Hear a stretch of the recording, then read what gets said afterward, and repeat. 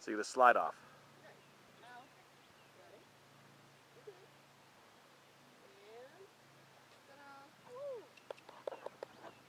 There she is.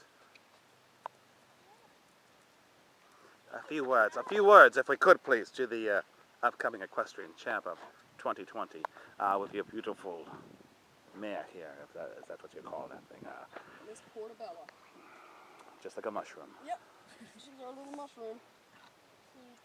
Ooh. Julie? Yep. Well, she's been out eating grass. Come on. So, how was it? It was great. It was fun. You look to do it again sometime? Definitely. Okay. I conquered my fear.